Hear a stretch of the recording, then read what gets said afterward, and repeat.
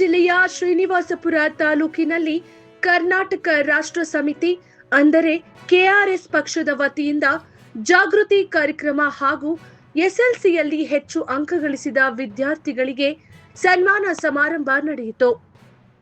ಕಾರ್ಯಕ್ರಮದಲ್ಲಿ ಮಾತನಾಡಿದ ಕೆಆರ್ಎಸ್ ಪಕ್ಷದ ರಾಜ್ಯ ಕಾರ್ಯದರ್ಶಿ ಇಂದಿರಾ ರೆಡ್ಡಿ, ರಾಜ್ಯದಲ್ಲಿ ಭ್ರಷ್ಟಾಚಾರ ಹೆಚ್ಚಾಗಿದೆ ಎಂದು ಆರೋಪಿಸಿದರು.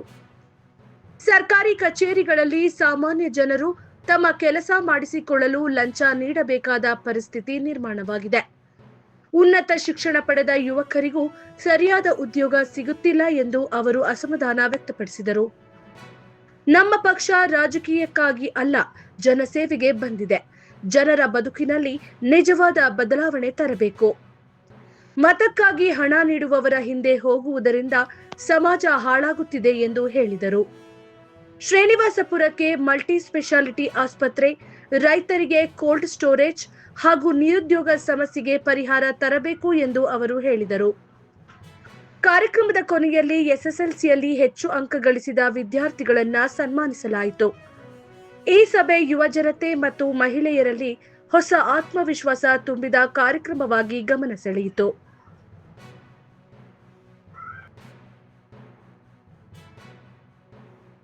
ಬೇಸಿಕಲಿ ನಾನು ಎಜುಕೇಷನಲಿಸ್ಟ್, ಪ್ರಿನ್ಸಿಪಲ್ ಆಗಿ ಕೆಲಸ ಮಾಡ್ತಾ ಇದ್ದೀನಿ. ಹಾಗೆ ಸಬ್ಜೆಕ್ಟ್ ಟೀಚರ್ ಆಗೋನು, ಇಂಗ್ಲೀಷ್ ಸಬ್ಜೆಕ್ಟ್ ಟೀಚರ್ ಆಗೋನು ಆಗಾಗ ಕ್ಲಾಸಸ್ಗೆ ಹೋಗಿ ಕ್ಲಾಸಸ್ ಮಾಡ್ತಾ ಇರ್ತೀನಿ. ನನ್ನ ಹಸ್ಬೆಂಡ್ ಬಂದು ಕಾಂಟ್ರಾಕ್ಟರ್ ಆಗಿ ಕೆಲಸ ಮಾಡ್ತಾರೆ. ಈ ಹಿಂದೆ ಶ್ರೀನಿವಾಸಪುರ ಭಾಗದಲ್ಲಿ ಕೆಆರ್ಎಸ್ ಪಕ್ಷದ ವತಿಯಿಂದ MLA ಅಭ್ಯರ್ಥಿಯಾಗಿ ಕಂಟೆಸ್ಟ್ ಮಾಡಿದ್ದೆ. ಕಾರಣಾಂತರಗಳಿಂದ ಸ್ಥಳೀಯರಿಗೆ ಅವಕಾಶ ಕೊಡಬೇಕು, ಮತ್ತು ಇಲ್ಲಿ ಆಸಕ್ತಿ ತೋರಿರುವಂಥವ್ರಿಗೆ ನಾವು ಅವಕಾಶ ಕೊಡಬೇಕು ಅಂತ ಹೇಳಿ ಹೈಕಮಾಂಡ್ ನನ್ನನ್ನು ಕೋಲಾರಕ್ಕೆ ವರ್ಗಾವಣೆ ಮಾಡಿತು. ಅಲ್ಲಿ ಕೋಲಾರದಲ್ಲಿ ಕಂಟೆಸ್ಟ್ ಮಾಡಿದ್ದೆ. ಆದರೆ ಅಲ್ಲಿ ಹೋದಾಗ್ಲೂ ನನಗೆ ಶ್ರೀನಿವಾಸಪುರನೇ ನನಗೆ ಚೆನ್ನಾಗಿತ್ತು ಅಂತ ಅನ್ನಿಸ್ತಾ ಇತ್ತು. ಯಾವಾಗ ನಮಗೆ ಮತ್ತೆ ಅವಕಾಶ ಬರುತ್ತೆ, ಹಿಂದೆ ಬರೋಣ ಅನ್ನೋ ಥರಕ್ಕೆ. ಆ್ಯಂಡ್ ಇಲ್ಲಿ ಎಲ್ಲರಿಗೂ ತಿಳಿಬೇಕಾಗಿರುವಂಥದ್ದು, ನಾನು ರಾಜಕೀಯ ಮಾಡೋಕ್ಕೆ ಬರಲಿಲ್ಲ. ಆದರೆ ನಿಟ್ಟಿನಲ್ಲಿ ನಮ್ಮ ಪಕ್ಷದವ್ರು ಯಾರೇ ಆಗಲಿ ರಾಜಕೀಯ ಮಾಡೋದಕ್ಕೆ ಬರಲಿಲ್ಲ. ಒಂದು ಬದಲಾವಣೆ ತರಬೇಕು ಅಂತ ಹೇಳಿ ಬಂದಿದ್ದೀವಿ. ನಿಮ್ಮೆಲ್ಲರ ಸಹಕಾರ ನಮ್ಮ ಜೊತೆಗಿದ್ರೆ, ದುಡ್ಡು ಹಿಂದೆ ಹೋದರೆ ಯಾವತ್ತೂ ನಾವು ಹಾಳಾಗ್ತೀವಿ. ದುಡ್ಡು ನಮಗೆ ನೆಮ್ಮದಿ ಕೊಡೋದಿಲ್ಲ, ದುಡ್ಡು ನಮಗೆ ಶಾಶ್ವತವಾದ ಪರಿಹಾರ ಕೊಡೋದಕ್ಕೆ ಸಾಧ್ಯನೇ ಇಲ್ಲ. ಇವತ್ತು ಹಲವಾರು ಬದಲಾವಣೆಗಳು ನಮ್ಮ ಶ್ರೀನಿವಾಸಪುರದಲ್ಲಿ ಆಗ್ತಾ ಇದೆ. ಆದರೆ ಬದಲಾವಣೆಗಳು ಆಗ್ತಾ ಇದೆ, ಜನರು ಬದಲಾವಣೆ ಆಗ್ತಾ ಇಲ್ಲ ಅಂತಂದರೆ ಜನರಿಗೆ ತಪ್ಪು ಮಾಹಿತಿಯನ್ನ, ತಪ್ಪು ಬೀಜಗಳನ್ನ ಮೈಂಡ್ಗೆ ಹಾಕಿ ಇಟ್ಟಿರುವಂತಹ ಕಾರಣಕ್ಕೆ ಇವತ್ತು ಈ ಸಮಾಜ ಹದಗೆಡೋದಕ್ಕೆ ಕಾರಣ ಆಗಿದೆ. ಎಷ್ಟೋ ಟರ್ಮ್ಸ್ ಇಂದ ಒಬ್ರು ಇಬ್ರು ಎಕ್ಸ್ಚೇಂಜ್ ಮಾಡಿಕೊಂಡು ಬರ್ತಾ ಇದ್ದಾರೆ. ಇಲ್ಲಿ ನಾವು ಅನ್ಕೋಬೇಕಾಗಿರೋದು ಹೊಂದಾಣಿಕೆ ರಾಜಕಾರಣ ಆಗ್ತಾ ಇದೆ ಅಂತ ಹೇಳಿ. ಸೊ ಇದನ್ನ ಬದಲಾವಣೆ ಹಾಗಾದ್ರೆ ಮಾಡೋರು ಯಾರು?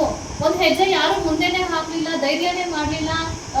ಇರೋರೇ ಇರ್ತಾರೆ ಅಂತಂದ್ರೆ ಅವ್ರಿಗೆ ಎಷ್ಟು ವರ್ಷ ವಯಸ್ಸಿರುತ್ತೆ, ಎಷ್ಟು ವರ್ಷ ಅವರು ಆಡಳಿತ ನಡೆಸೋಕ್ಕೆ ಸಾಧ್ಯ, ಏನ್ ಮಾಡೋದಕ್ಕೆ ಸಾಧ್ಯ? ಬದಲಾವಣೆ ಕಳೆದ ಬಾರಿ ನಾನು MLA ಅಭ್ಯರ್ಥಿ ಆಗಿದ್ದಾಗ ನನ್ನ ಮ್ಯಾನಿಫೆಸ್ಟೋನಲ್ಲಿ ನಾವೆಲ್ಲ ಹಾಕಿದ್ವಿ, ಏನು ನಿರುದ್ಯೋಗ ಸಮಸ್ಯೆ ಏನಾದರೂ ಇದ್ರೆ ಬದಲಾವಣೆ ಆಗುತ್ತೆ, ಮತ್ತೆ ತಾಲೂಕಿಗೊಂದು ಮಲ್ಟಿ ಸ್ಪೆಷಾಲಿಟಿ ಹಾಸ್ಪಿಟಲ್ ಆಗುತ್ತೆ, ಮತ್ತೆ ಇದೇ ಶ್ರೀನಿವಾಸಪುರ ನಗರದಲ್ಲಿ ನಾವು ಒಂದು ಕೋಲ್ಡ್ ಸ್ಟೋರೇಜ್, ರೈತರಿಗೆ ಅನುಕೂಲ ಆಗುವಂತಹ ಒಂದು ಕೋಲ್ಡ್ ಸ್ಟೋರೇಜ್ ವೇರ್ ಹೌಸ್ ಅನ್ನ ನಿರ್ಮಾಣ ಮಾಡ್ತೀವಿ. ಇದಕ್ಕೆಲ್ಲ ಯಾರು ತಲೆ ಬಾಗಲ್ಲ. ಆದರೆ ಬಾಗ್ದಿನ ಇದ್ರೆ ನೆಕ್ಸ್ಟ್ ನಾವು ಯಾರೋ ವೋಟ್ ಹಾಕಿದೀವಿ, ಅವ್ರು ಏನು ಮಾಡಲಿಲ್ಲ ಅಂತ ಅನ್ಕೊಳ್ಳೋದು ಸರಿ ಇಲ್ಲ. ನನ್ನ ಪ್ರಕಾರ ಬದಲಾವಣೆ ಬೇಕು ಅಂತಂದ್ರೆ ಬದಲಾವಣೆ ಮಾಡ್ತಾ ಇರಬೇಕು. ಎಕ್ಸಾಂಪಲ್, ಈ ಟರ್ಮ್ಗೆ ನಾನು ಬಂದು ನಿಂತಿದ್ದೀನಿ, ನಾನು ಕೆಲಸ ಮಾಡಿಲ್ಲ ಅಂತಂದ್ರೆ ಮುಂದಿನ ಟರ್ಮ್ಗೆ ಎಲ್ಲ ಅವಕಾಶ ನಿಮ್ಗೆ ಇರುತ್ತೆ ಅವ್ರನ್ನ ಬದಲಾವಣೆ ಮಾಡೋದಿಕ್ಕೆ. ಏನು ಬದಲಾವಣೆ ಮಾಡೋಕ್ಕೆ ಆಗ್ತಾ ಇಲ್ಲ ಅಂತ ಯಾಕೆ ಆ ಥರ ಜನರು ಮೈಂಡ್ ಸೆಟ್ ಮಾಡ್ಕೊಂಡಿದ್ದಾರೆ ನನಗಂತೂ ಗೊತ್ತಾಗ್ತಾ ಇಲ್ಲ. ಇಡೀ ರಾಜ್ಯದಲ್ಲಿ ಇವತ್ತು ಕರಪ್ಷನ್ ವಿರುದ್ಧ ನಮ್ಮ ನಾಡು, ಜಲ, ನುಡಿಯೇ, ನಮ್ಮ ಭಾಷೆಯನ್ನು ಉಳಿಸ್ಕೋಬೇಕು ಅಂತ ಹೇಳಿ ಹೋರಾಟ ಮಾಡ್ತಾ ಇರುವಂಥದ್ದು ನಮ್ಮ KRS ಪಕ್ಷ. ನಾವು ಯಾರಿಗೋ ಏನೋ ಮೋಟಿವೇಟ್ ಮಾಡಿಬಿಟ್ಟು ನಿಮ್ಮನ್ನ ರಾಜಕಾರಣಿಗಳು ಮಾಡಿಸ್ಬಿಡ್ತೀವಿ, ನೀವು ರಿಯಲ್ ಎಸ್ಟೇಟ್ಗೆ ಹೋದ್ರೆ ರಿಯಲ್ ಎಸ್ಟೇಟಲ್ಲಿ ಹೋಗಿದ ತಕ್ಷಣ ತಾಲೂಕು ಆಫೀಸ್ಗೆ ಹೋಗಿ ನಾವು ಫೋನ್ ಮಾಡಿ ಇನ್ಫ್ಲೂಯೆನ್ಸ್ ಮಾಡಿದ ತಕ್ಷಣ ನಿಮ್ಮ ಕೆಲಸ ಆಗ್ಬಿಡುತ್ತೆ, ಜಮೀನು ಮಾಡ್ಕೊಂಡು ದುಡ್ಡು ಮಾಡ್ಕೊಳ್ಳಿ, ಶ್ರೀಮಂತರಾಗ್ಬಿಡಿ. ನಾವು ಹೇಳೋದು ಇಲ್ಲ. ನಾನು ಶ್ರೀನಿವಾಸಪುರ ಭಾಗದ ರೈತರಿಗಾಗ್ಲಿ ಜಮೀನುದಾರರಿಗಾಗ್ಲಿ ಹೇಳೋದು ಇಷ್ಟೇ, ಎಲ್ಲೋ ಬೆಂಗಳೂರಿಂದ ಬಂದು ಇಲ್ಲಿ ಜಮೀನನ್ನ ಖರೀದಿ ಮಾಡ್ತಾ ಇದ್ದಾರೆ, ಆದ್ರೆ ಇಲ್ಲಿನ ಭಾಗದ ಜನರಿಗೆ ಅನ್ಯಾಯ ಆಗ್ತಾ ಇದೆ. ಜಮೀನು 1 ಎಕರೆನೋ 2 ಎಕರೆನೋ ಇಟ್ಕೊಂಡಿರ್ತಾರೆ. ಅಂಥವ್ರದ್ದು ಪಾಪ ಜಮೀನು ಮಾಡ್ಕೊಂಡ್ಬಿಟ್ರೆ ಅವ್ರಿಗೆ ಹಾರ್ಡ್ಲಿ ಎಷ್ಟು 50ರಿಂದ 60 ಲಕ್ಷನ ಅಮ್ಮಮ್ಮ ಅಂದ್ರೆ 1 ಕೋಟಿ ಬರುತ್ತಾ? ಆ ಕೋಟಿ ಎಲ್ಲ ಖರ್ಚಾಗ್ಬಿಟ್ಮೇಲೆ ಮತ್ತೆ ಅವರು ಎಲ್ಲರೂ ಕೆಲ್ಸಕ್ಕೆ ಹೋಗೋ ಪರಿಸ್ಥಿತಿ ಯಾರು ಮಾಡ್ತಾ ಇದ್ದಾರೆ? ಅದು ನಾವೇ ಮಾಡ್ಕೊಳ್ತಾ ಇದೀವಿ. ಜಮೀನು ಮುಂದಿನ ದಿನಗಳಲ್ಲಿ ಯಾರಿಗೆ 1 ಎಕರೆ ಇರುತ್ತೋ ಅವರೇ ದೊಡ್ಡ ಶ್ರೀಮಂತರಾಗ್ತಾರೆ. ಮುಂದಿನ ದಿನಗಳಲ್ಲಿ ತಿನ್ನೋದಿಕ್ಕೂ ತುಂಬಾ ಕಷ್ಟ ಬರ್ತಾ ಇದೆ. ಈ ಯಂಗ್ ಜನರೇಷನ್ಸ್ ಇಂತಹ ಮಕ್ಕಳು ತುಂಬಾ ಇನ್ಫಾರ್ಮೇಶನ್ ರಿಚ್, ಅಂದ್ರೆ ಅವ್ರಿಗೆ ತುಂಬಾ ಜ್ಞಾನ ಇದೆ. ಆದ್ರೆ ಅವರು ಮಾಡುವಂತಹ ಕೆಲಸಗಳಿಗೆ ನಾವು ಸಪೋರ್ಟ್ ಮಾಡ್ಬೇಕಷ್ಟೇ. ಸೊ ಮುಂದಿನ ಅವರ ಭವಿಷ್ಯಕ್ಕೋಸ್ಕರ ನಾವು ಬದಲಾಗಬೇಕು. ಅಂತಹ ಎಷ್ಟೋ ಮಕ್ಕಳು ಇವತ್ತು ಅನ್ಯಾಯಕ್ಕೆ ಒಳಗಾಗ್ತಾ ಇದ್ದಾರೆ. ಅಷ್ಟೇ ಯಾಕೆ ಇಲ್ಲಿರುವಂತಹ ನವೀನ್ ಡಬಲ್ ಗ್ರಾಜುಯೇಷನ್ ಮಾಡ್ಕೊಂಡಿದ್ದಾರೆ, ಡಬಲ್ ಡಿಗ್ರಿ ಮಾಡ್ಕೊಂಡಿದ್ದಾರೆ, ಕೆಲ್ಸಕ್ಕೆ ಅಲ್ದಾಡ್ತಾ ಇದ್ದಾರೆ. ಅವ್ರು ಮಾಡ್ಕೊಂಡಿರೋ ಎಜುಕೇಶನ್ ಬೇರೆ ಕಡೆ ಹೋದ್ರೆ ಕೆಲ್ಸಕ್ಕೆ 15,000 20,000 ಅಷ್ಟೇ ಕೊಡ್ತಾ ಇದ್ದಾರೆ. ಇನ್ನೊಬ್ರು ಕೈ ಕೆಳಗಡೆ ಕೆಲಸ ಮಾಡಿದ್ರೆ ಅದು ಕೂಲಿದಾರರು ಆಗ್ತಾರೆ ಬಿಟ್ರೆ ಅವರು ಬಿಸ್ನೆಸ್ ಆಂಟ್ರಪ್ರಿನರ್ ಆಗೋದಕ್ಕೆ ಸಾಧ್ಯ ಇಲ್ಲ.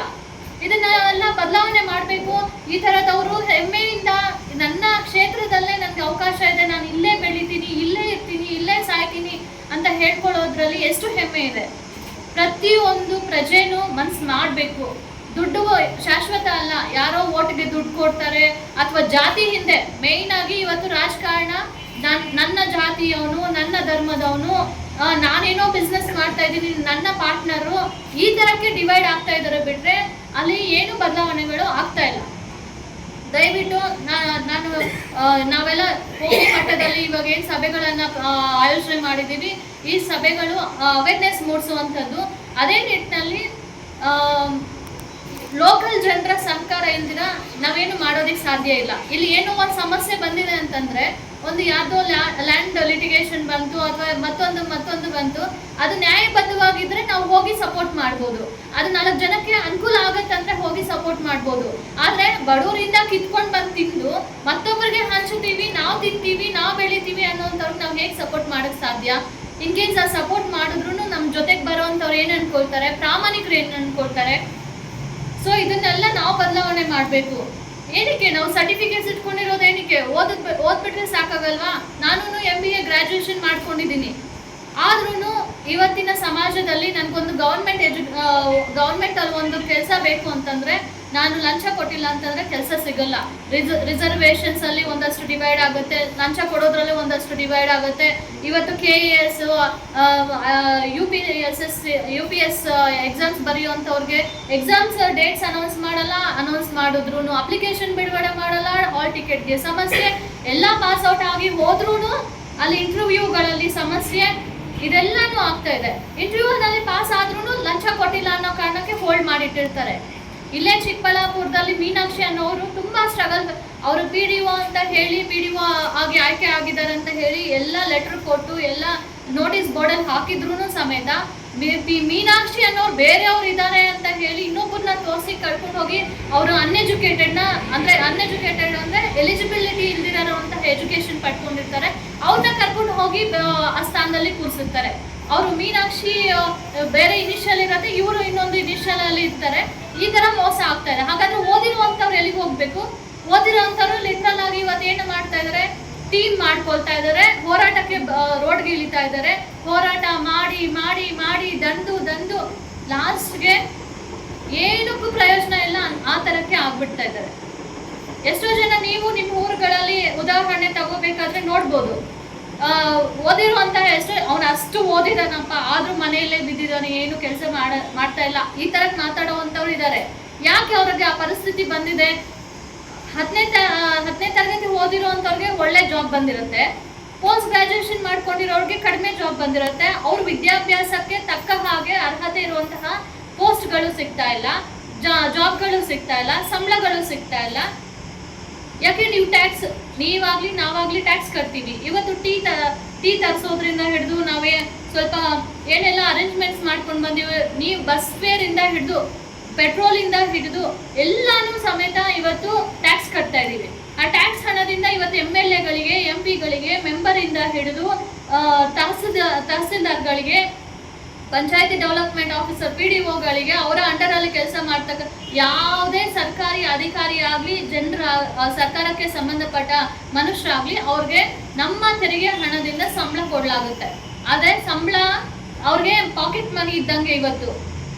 ಆದರೆ ಅವ್ರು ಸಂಪಾದನೆ ಮಾಡೋದು ಅದಕ್ಕಿಂತ 10 ಪಟ್ಟು ಹೆಚ್ಚಾಗಿದೆ. ಯಾವುದ್ರಲ್ಲಿ? ಲಂಚ ತಗೊಳ್ಳೋದ್ರಲ್ಲಿ.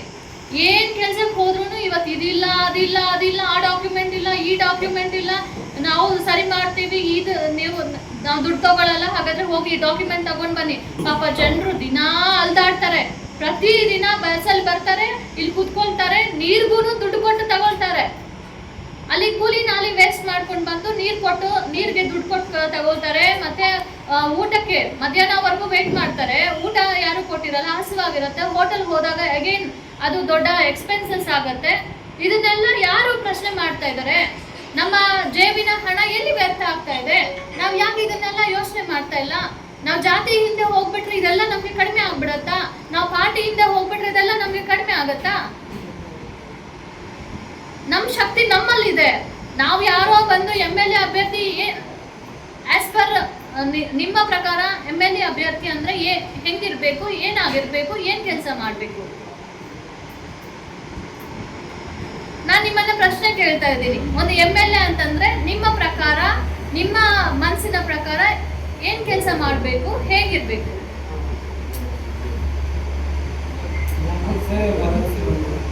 ಅಪಾರ್ಟ್ ಫ್ರಮ್ ನೀವು KRS ಪಾರ್ಟಿ ಬಿಟ್ಟು ಬೇರೆ ಲೋಕಲ್ ಆಗಿ ಬಂದಿದ್ದೀರಾ? ಯಾರಾದ್ರೂ ಒಬ್ರು ಆನ್ಸರ್ ಮಾಡಿ. ಜನಸೇವೆ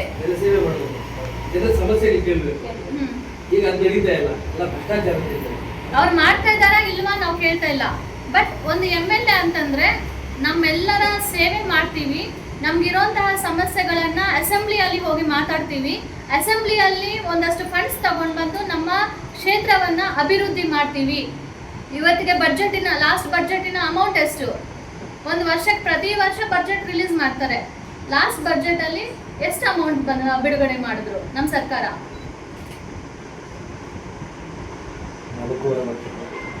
4.5 ಲಕ್ಷ ಕೋಟಿ ನಮ್ಮ ತೆರಿಗೆ ಹಣ. 4.5 ಲಕ್ಷ ಕೋಟಿಯಲ್ಲಿ ಇವತ್ತು ಎಷ್ಟು ವಿಧಾನಸಭಾ ಕ್ಷೇತ್ರಗಳಿದೆ ಅದನ್ನು ಈಕ್ವಲ್ ಆಗಿ ಡಿವೈಡ್ ಮಾಡಿದ್ರೆ ಸುಮಾರು 2,000 ಕೋಟಿ ಆದ್ರೂ ಪ್ರತಿ ವರ್ಷಕ್ಕೆ ಒಂದು ಕ್ಷೇತ್ರಕ್ಕೆ ಬರಬೇಕು. ಬರ್ತಾ ಇದೆಯಾ ಫಂಡ್ಸ್?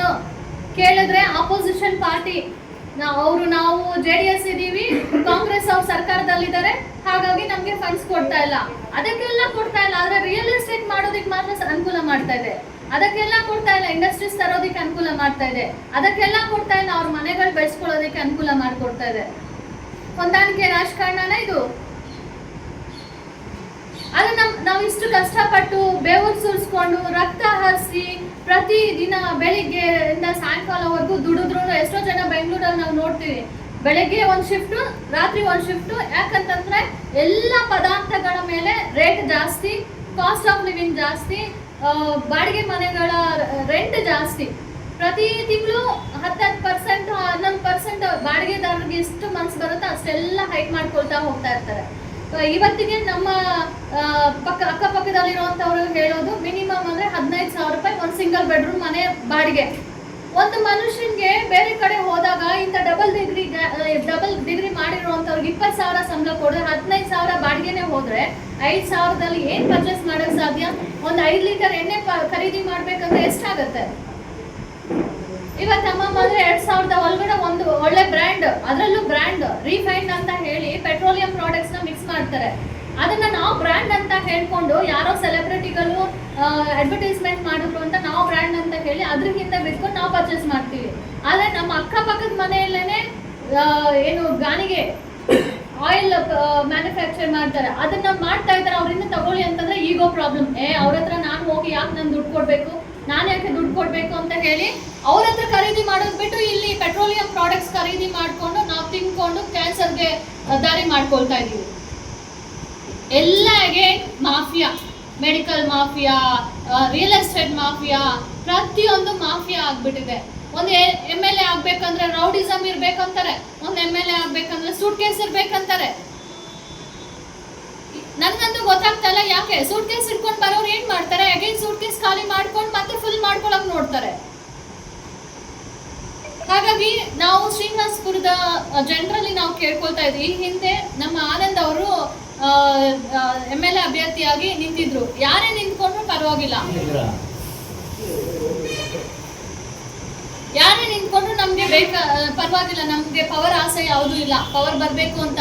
ಸೈನಿಂಗ್ ಅಥಾರಿಟಿ ಅಂತ ಇದ್ರೆ ಲಾಸ್ ಏನು ನಮ್ಗೆ ಬೇಕಾಗಿರುವಂತಹ ಶಾಸನಗಳನ್ನ ರೂಪಣೆ ಮಾಡೋದಿಕ್ಕೆ MLA ಅನ್ನೋದು ಒಂದು ಪವರ್. ಗೆದ್ರೆ ಆ ನಮ್ಮ ಜನರ ತಕ್ಕ ಹಾಗೆ ನಾವು ಒಂದು ಶಾಸನಗಳನ್ನ ಮಾಡ್ಬೋದು ಅನ್ನೋದು ನಮ್ಮ ಇಂಟೆನ್ಷನ್. ಇವತ್ತು ನೀವು ಫೇಸ್ಬುಕ್ ಓಪನ್ ಮಾಡಿ ನೋಡಿದ್ರೆ ಹಲವಾರು ಸಕ್ಸಸ್ ಸ್ಟೋರೀಸ್ KRS ಪಕ್ಷ ಮಾಡಿದೆ. ಈ ಭಾಗದಲ್ಲೂ ಒಂದು ಒಳ್ಳೆ ಬದಲಾವಣೆ ಮಾಡಲೇ ಬಿಡಬೇಕು ಅಂತ ಹೇಳಿ ಮುಂದೆ ಆಗಿದ್ದೀವಿ. ನಾನಂತೂ ಎಸ್ಪೆಷಲಿ ಹೆಣ್ಮಕ್ಳು ಕೂತಿದ್ದೀರಾ, ಹೆಣ್ಮಗು ಆಚೆ ಬರೋದು ಅಷ್ಟು ಈಸಿ ಅಲ್ಲ. ಇಲ್ಲಿ ಎಷ್ಟು ಜನ ಮನೆಯಲ್ಲಿ ಹೆಣ್ಮಕ್ಳನ್ನ ನೀವು ಆಚೆ ಕೆಲಸದ ಮೇಲೇನೋ ಅಥವಾ ರಾಜಕೀಯಕ್ಕೆ ಕಲಿಸಿದ್ದೀರಾ? ಇಫ್ ಯು ಡೋಂಟ್ ಮೈಂಡ್ ಕೈ ಎತ್ತುತ್ತೀರಾ? ನಾನು ನೋಡಿರೋ ಪ್ರಕಾರ ಶೂನ್ಯ, ತೀರಾ ಕಡಿಮೆ. ಯಾಕೆ ಅಂತಂದ್ರೆ ಕಲಿಸೋದಿಲ್ಲ, ಯಾಕಂದ್ರೆ ಹೆಣ್ಮಕ್ಳು ಮನೆಯಲ್ಲಿ ಇರ್ಲಿ ಅನ್ನೋ ಭಾವನೆ. ಆದ್ರೆ ನಾನು ಒಂದು ಹೆಜ್ಜೆ ಮುಂದೆ ಹಾಕಿ ಇಷ್ಟು ಧೈರ್ಯ ತಗೊಂಡು ಕುಟುಂಬನೆಲ್ಲ ಬಿಟ್ಟು, ನನಗೂ ಒಂದು ಮಗಳಿದ್ದಾಳೆ, 3ನೇ ತರಗತಿ ಓದ್ತಾ ಇದ್ದಾಳೆ, ಅವಳನ್ನ ಬಿಟ್ಟು ಅತ್ತೆ ಇದ್ದಾರೆ, ಅಪ್ಪ ಅಮ್ಮ ಪಕ್ಕದಲ್ಲೇ ಇದ್ದಾರೆ, ಅವರು ವಯಸ್ಸಾಗಿರೋವಂಥವ್ರು ಎಲ್ಲರೂ ಇದ್ದಾರೆ. ಆದರೆ ಇವತ್ತು ಏನೂ ಗೊತ್ತಿಲ್ಲ, ದೇವರು ನಮಗೆಲ್ಲ ಈ ಹಾದಿನೇ ತೋರಿಸ್ಬಿಟ್ಟಿದ್ದಾರೆ, ಸೇವೆ ಮಾಡ್ಕೊಂಡು ಇರಬೇಕು ಅಂತ ಹೇಳಿ. ಪ್ರಾಮಾಣಿಕವಾಗಿ ಜನರಿಗೆ ಏನು ಬೇಕೋ ಆ ಸೌಲಭ್ಯಗಳನ್ನು ಅಷ್ಟೇ ಮಾಡಬಲ್ಲೆ ಅನ್ನೋ ಅಂತ ಇಂಟೆನ್ಷನ್ ಇಟ್ಕೊಂಡು ಮುಂದೆ ಹಾಕಿರುವಂಥದ್ದು. ಈ ಹಿಂದೆ ಈಗಿರ್ತಕ್ಕಂತಹ ಪಕ್ಷಗಳು JDS ಆಗಲಿ, BJP ಆಗಲಿ, ಕಾಂಗ್ರೆಸ್ ಆಗಲಿ ಮನೆ ಬಾಗಿಲಿಗೆ ಸರ್ಕಾರಿ ಸೇವೆಗಳು ಮನೆ ಬಾಗಿಲಿಗೆ ಅಂತ ಹೇಳ್ತಾರೆ. ಮನೆ ಬಾಗಿಲ ಹತ್ರ ಹೋದ್ರೂ ಸಹ ಅಲ್ಲಿನೂ ದುಡ್ಡು ತಗೊಂಡು ಆ ಕೆಲಸ ಮಾಡಿಕೊಡ್ತಾರೆ.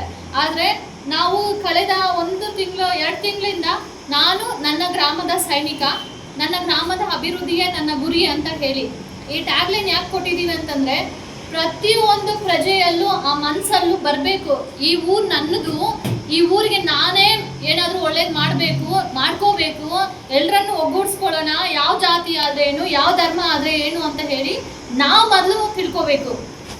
ಅದು ಬಿಟ್ಟು ನಾನು JDS ಅವನು, ನಾನು ಕಾಂಗ್ರೆಸ್ ಅವನು, ನಾನು BJP ಅವನು ಅಥವಾ ನಾನು ಮತ್ತೊಂದು ಅಂತ ಹಿಂದೆ ಹೋದರೆ ಕಿತ್ತಾಡ್ಕೊಂಡಿರ್ತೀವಿ. ಬಿಟ್ರೆ ಸರ್ಕಾರದಿಂದ ಬರುವಂಥ ಅನುದಾನಗಳು ಯಾರೋ ಒಬ್ಬರು ಇಬ್ಬರು ತಗೊಳ್ತಾರೆ, ಮಿಕ್ಕಿದ್ದೆಲ್ಲ ಲೂಟಿ ಹೊಡೆಯೋರು ಹೊಡ್ಕೊಳ್ತಾ ಇರ್ತಾರೆ. ಮೊದಲು ನಾವು ಅಲ್ಲಿ ಬದಲಾವಣೆ ಆಗಬೇಕು. ಎಷ್ಟೋ ವಿದ್ಯಾರ್ಥಿಗಳಿಂದ ಹಿಡಿದು ಹೆಣ್ಮಕ್ಳಿಂದ ಹಿಡಿದು ಎಷ್ಟೋ ಸೌಲಭ್ಯಗಳಿದೆ ಗೌರ್ಮೆಂಟಿಂದ.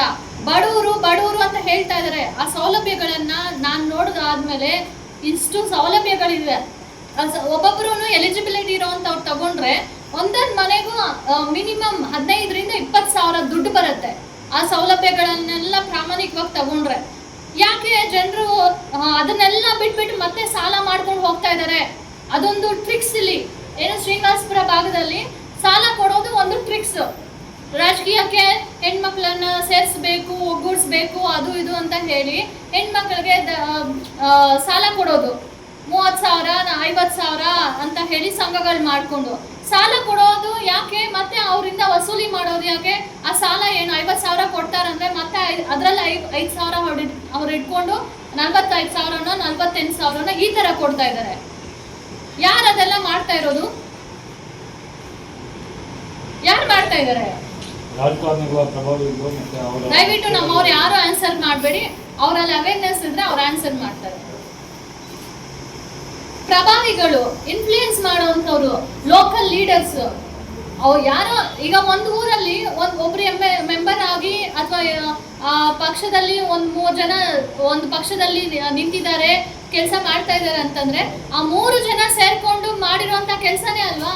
ಆ 3 ಜನ ಸೇರಿ ನಿಮ್ಮ ಊರಲ್ಲಿ ಬಂದು ಈ ಕ್ಯಾಂಡಿಡೇಟ್ ಪರವಾಗಿಲ್ಲ, ವೋಟ್ ಹಾಕ್ಬೋದು ಅಂತ ಹೇಳಿರೋದಕ್ಕೆ ನೀವೆಲ್ಲ ನಂಬ್ಕೊಂಡು ವೋಟ್ ಹಾಕಿರ್ತೀರಾ ಅಲ್ವಾ? ಅವರ ಹಳ್ಳ ತೋರಿಸಿದ್ರು ಹಳ್ಳದಲ್ಲಿ ಬೀಳ್ತೀರಾ, ಅವ್ರು ಪರವಾಗಿಲ್ಲ ಹೈಟಲ್ಲಿರಿ ನೀವು ಅಂತ ಹೇಳಿದ್ರು ಹೈಟಲ್ಲಿರೋದಕ್ಕೂ ಸಿದ್ಧ ಆಗ್ಬಿಡ್ತೀರಾ. ಯಾಕೆ? ನನ್ನ ಊರು ಅವ್ನು ಏನೋ ಮಾಡ್ತಾನೆ, ಒಂದು ಬದಲಾವಣೆ ತರೋದಕ್ಕೆ ಹೇಳ್ತಾ ಇದ್ದಾನೆ, ಅವ್ನು ಹೇಳಿದೆಲ್ಲ ನಿಜ ಅಂತ ಹೇಳಿ ನಂಬಿರೋ ಕಾರಣಕ್ಕೆ ನಾವು ಮತ ಹಾಕಿರ್ತೀವಿ. ಎಲ್ಲಿ ಹಾಳಾಗ್ತಾ ಇದೆ ರಾಜಕೀಯ? ಲೋಕಲ್ ಲೀಡರ್ಸ್ ಇಂದ.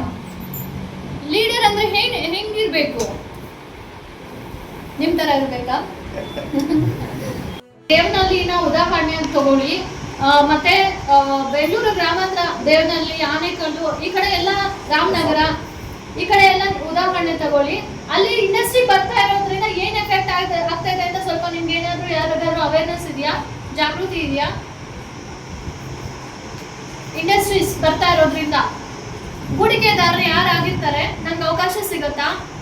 ಶ್ರೀನಿವಾಸಪುರದಲ್ಲಿ ಕಂಪನಿಗಳು ಸ್ಥಾಪನೆ ಮಾಡಬೇಕು ಅಂತಂದ್ರೆ ಇವತ್ತಿನ ಪರಿಸ್ಥಿತಿಯಲ್ಲಿ ನಿಮ್ಮದೇ ಜಮೀನಲ್ಲಿ ನೀವೇ ಕಂಪನಿ ಡೆವಲಪ್ ಮಾಡ್ಬೇಕಂದ್ರೆ ನಿಮ್ಗೆ ಅವಕಾಶ ಇದೆಯಾ? ಮಾಡ್ತೀರಾ?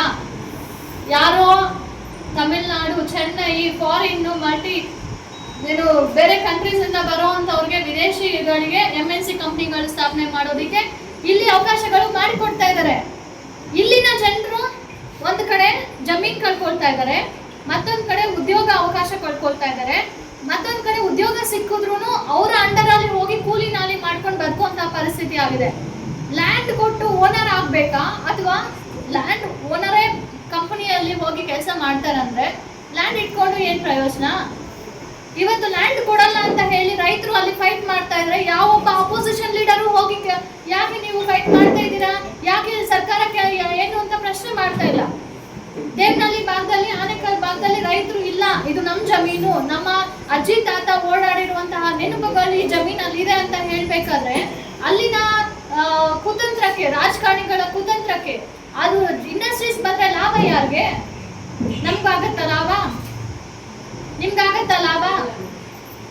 ಇಂಡಸ್ಟ್ರೀಸ್ ಬರೋದ್ರಿಂದ ಲಾಭ ಆಗೋದು ರಾಜಕಾರಣಿಗಳಿಗೆ. ಒಂದು ಲೈಸೆನ್ಸ್ಗಳು ಕೊಡೋದ್ರಲ್ಲಿ ಲಂಚ ತಗೊಳ್ತಾರೆ, ಅದರಲ್ಲಿ ಬೆಳೆಯೋದಕ್ಕೆ ನೋಡ್ತಾರೆ. ಮತ್ತೊಂದು ಕಡೆ ಪ್ರತಿ ತಿಂಗಳು ಅಥವಾ ಪ್ರತಿ ವರ್ಷ ರಿನ್ಯೂವಲ್ಗಳ ಮುಖಾಂತರ ಅವ್ರು ದುಡ್ಡು ಮಾಡೋದನ್ನ ನೋಡ್ತಾರೆ. ಮತ್ತೊಂದು ಕಡೆ ನಮ್ಮ ಭಾಗದ ಜನರು ಯಾವ್ದೋ ಕಂಪನಿ ಬಂದಿದೆಪ್ಪ ಅಂತ ನೋಡ್ಕೊಂಡು ಕೂತಿರೋ ಪರಿಸ್ಥಿತಿ ಅಷ್ಟೇ. ಅದರಿಂದ ನಮ್ಗೆ ಏನು ಪ್ರಯೋಜನ ಆಗಲ್ಲ. ನೀವು ಮಾಡ್ತೀರಾ, ಕಂಪನಿ ಮಾಡ್ತೀರಾ, ನಾವು ಸಪೋರ್ಟಿವ್ ಆಗಿ ನಿಂತ್ಕೊಳ್ತೀವಿ. ನಿಮ್ಮ ಜಮೀನಲ್ಲಿ ನೀವೇ ಕಂಪನಿ ಮಾಡಿ, ನೀವೇ ಆ ಕಂಪನಿಗೆ ಓನರ್ ಆಗಬೇಕು. ನಿಮ್ಮ ಅಕ್ಕಪಕ್ಕದ ಮನೆಯವ್ರಿಗೇನೆ ನೀವು ಕೆಲಸ ಕೊಡುವಂಥವ್ರು ಆಗಬೇಕು. ಅವ್ರಿಗೂ ಉದ್ಯೋಗ ಸೃಷ್ಟಿ ಮಾಡಿ, ನಿಮ್ಮ ಊರಿನ ಜನಕ್ಕೆ ಉದ್ಯೋಗ ಕೊಡಿ. ನಿಮ್ಮ ಊರಿನ, ನಿಮ್ಮ ಈ ವಿಧಾನಸಭಾ ಕ್ಷೇತ್ರದಲ್ಲಿ ಮತ್ತೊಬ್ಬರಿಗೆ ಬರೋದಕ್ಕೆ ಅವಕಾಶ ಮಾಡಿಕೊಡ್ಬೇಡಿ. ನಿಮ್ಮಲ್ಲಿ ವಿದ್ಯಾವಂತರಿದ್ದಾರೆ, ಈ ವಿಧಾನಸಭಾ ಕ್ಷೇತ್ರದಲ್ಲೇನೆ ವಿದ್ಯಾವಂತರಿದ್ದಾರೆ. ಎಷ್ಟೋ ಜನ ಉದ್ಯೋಗ ಎದುರು ನೋಡ್ತಾ ಇರೋಂತ ಇದ್ದಾರೆ, ಎಷ್ಟೋ ಜನ ಬಿಸ್ನೆಸ್ ಮಾಡೋದಕ್ಕೆ ಎದುರು ನೋಡೋಂಥವ್ರು ಇದ್ದಾರೆ, ಎಷ್ಟೋ ಜನ ಕಂಪನಿ ಓಪನ್ ಮಾಡೋದಕ್ಕೆ ಎದುರು ನೋಡೋದಕ್ಕೆ ಇದ್ದಾರೆ. ವಿಶ್ವನಾಥ್ ಅವರು, ಕಿರಣ್ ಅವರು ಒಂದು ಫ್ಯಾಷನ್ ಟೆಕ್ಸ್ಟೈಲ್ ಶಾಪ್ ಓಪನ್ ಮಾಡಿದ್ದಾರೆ. ಎಲ್ಲಿ? ಇಲ್ಲಿ ಯಾಕೆ ಮಾಡಲಿಲ್ಲ?